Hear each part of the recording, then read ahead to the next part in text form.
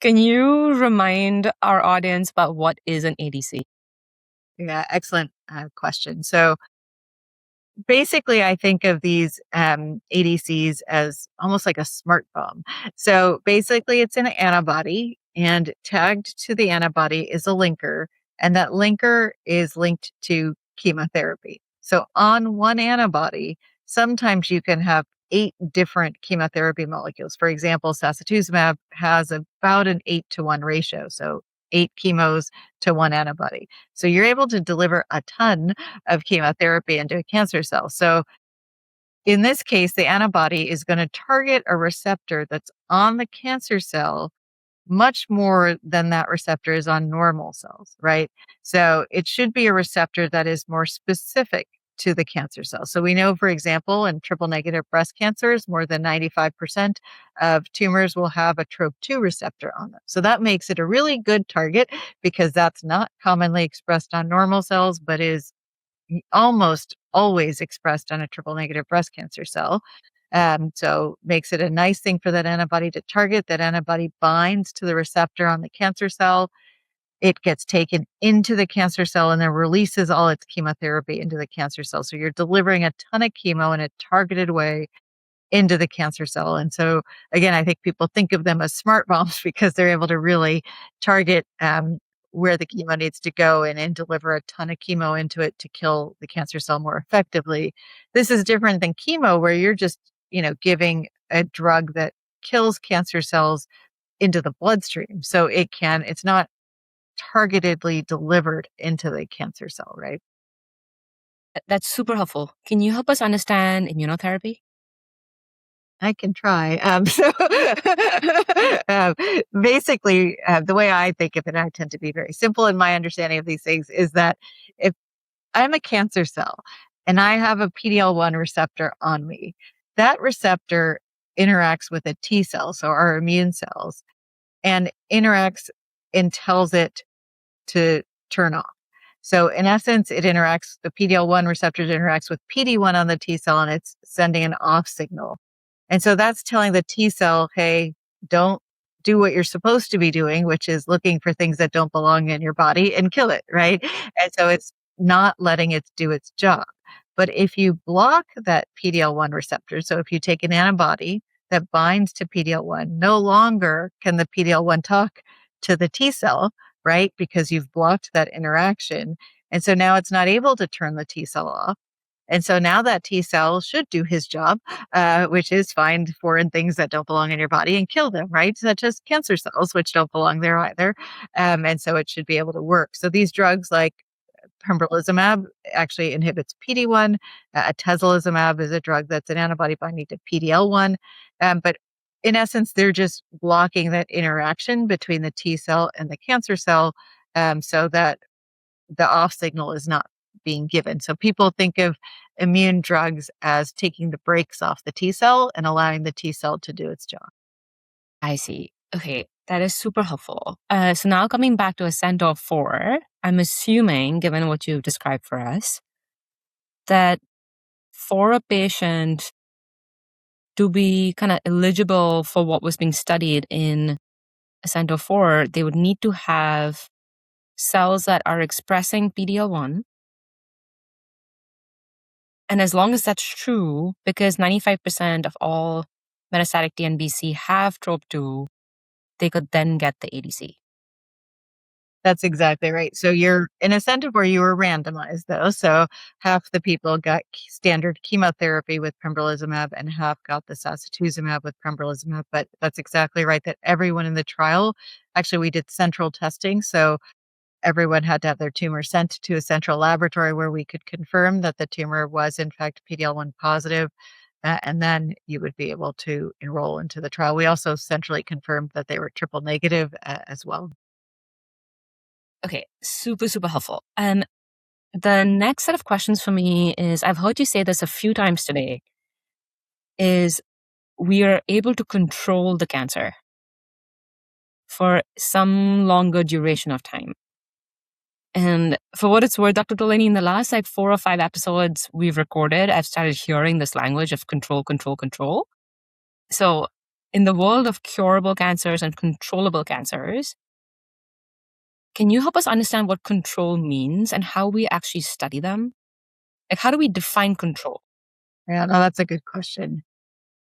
With metastatic breast cancer, unfortunately, we usually are not able to cure patients of their cancer. So we're not eradicating the cancer most of the time. I will say there are always rare exceptions to things.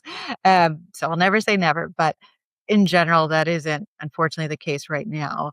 And so what we do see though is that we are able to either keep the cancer stable, meaning it's not growing and there are no new lesions that develop, or we're able to shrink the cancer and make it smaller.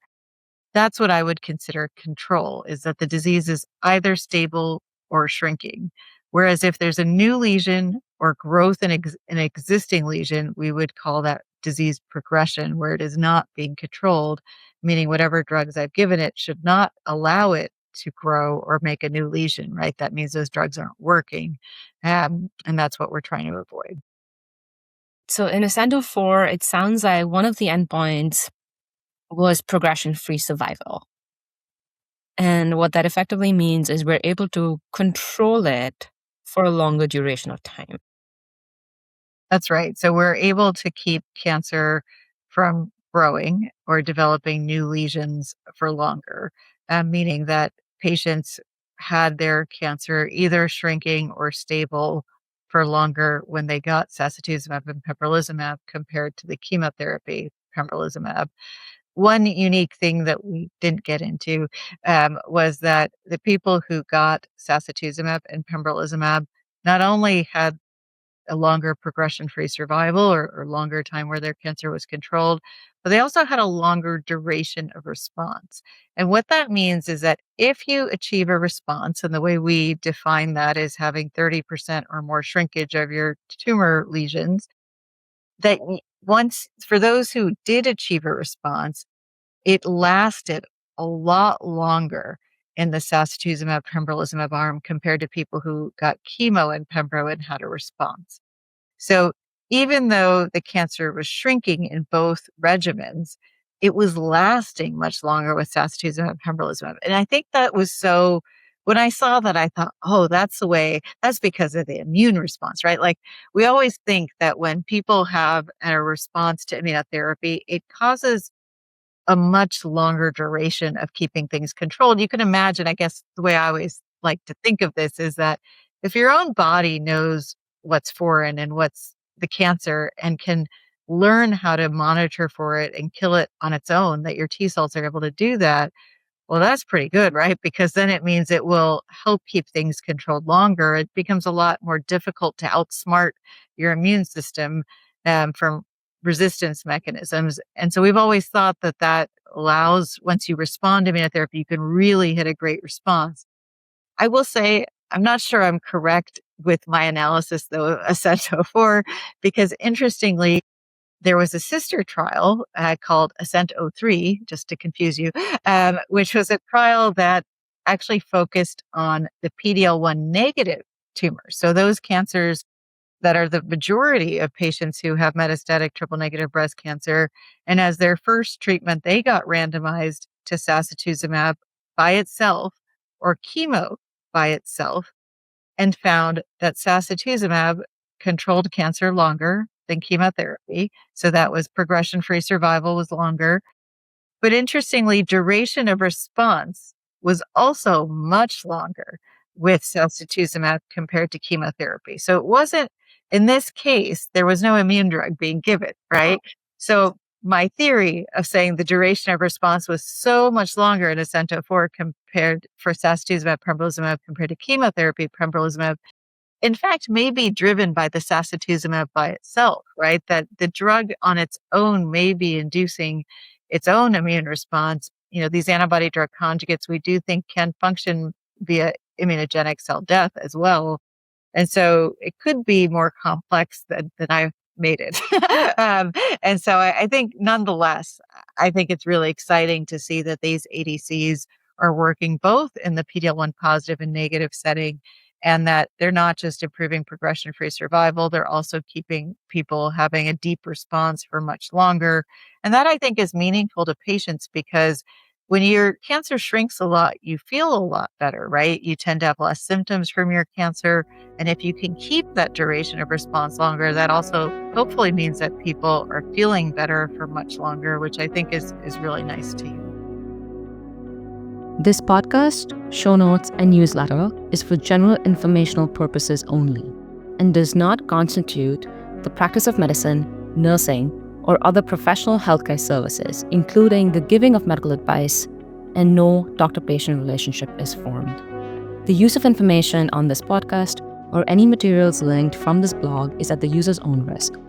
The opinions of the speakers are their own and do not represent the opinions of organizations they're affiliated with, nor do they reflect the opinions of Manta Cares Inc. or Manta Cares' sponsors.